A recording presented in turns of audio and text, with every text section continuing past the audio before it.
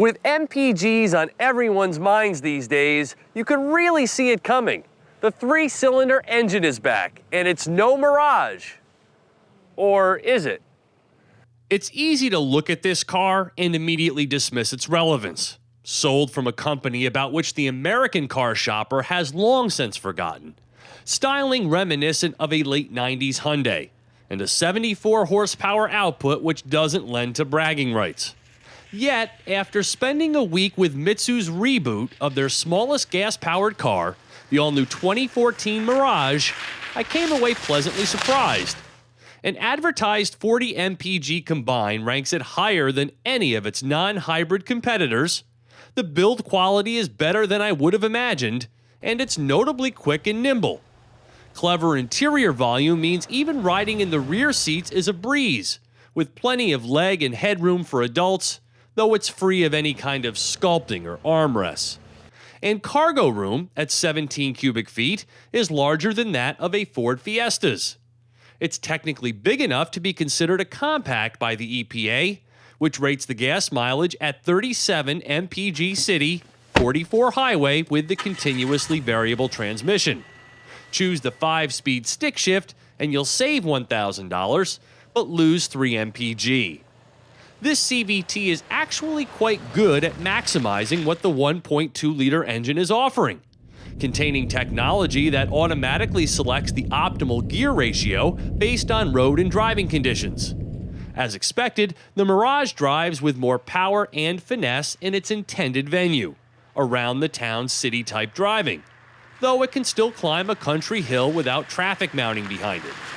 The one situation that's out of its comfort zone is highway travel, where the front stabilizer bar doesn't do enough to keep the Mirage from feeling a bit twitchy at higher speeds. But I'd say in 90% of driving situations, the Mirage is quite adept, with affable electric steering, a fairly supple ride on its tiny 14-inch tires, and ABS brakes with drums in the rear, which have a confident touch and organic feel. It weighs only 2,051 pounds, so shedding excess has been taken seriously here. 44 mpg highway is definitely impressive, but keep in mind that the fewer cylinders an engine has, the more prone it is to vibration.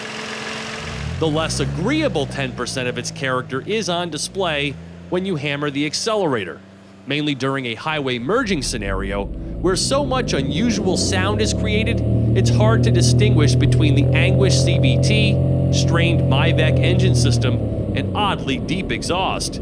It's loud in a way I've never quite heard before.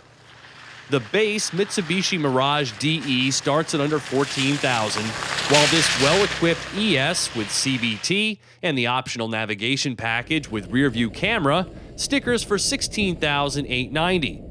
This car has fast key entry with access from the driver's side and hatch, with a start button placed cumbersomely on the left behind the stalk.